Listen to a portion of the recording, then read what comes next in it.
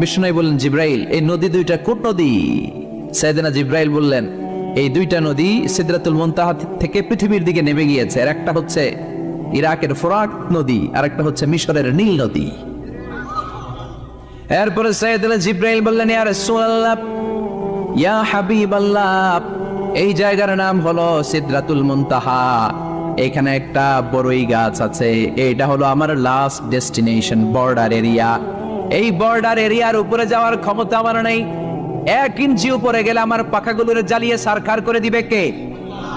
সৃষ্টির শুরু থেকে আজ পর্যন্ত যত নবীর কাছে আমি ওহী নিয়ে দুনিয়ার বুকে নাজিল হয়েছি গো নবী, এই সিদরাতুল মুনতাহায় কান লাগিয়ে আল্লাহর কথা শুনেছি। আজ পর্যন্ত আমিও আল্লাহরে দেখি নাই। নবী গো, আমি তো আল্লাহরে দেখি নাই, এটা আমার লাস্ট এরিয়া। আমারে যে দেখেন আপনি কোরআন নাজিল করে উপরের দিকে উড়াল দিতে, আমি উড়াল দিয়ে এখানে এসে বসে থাকি। সুবহানাল্লাহ পড়ে।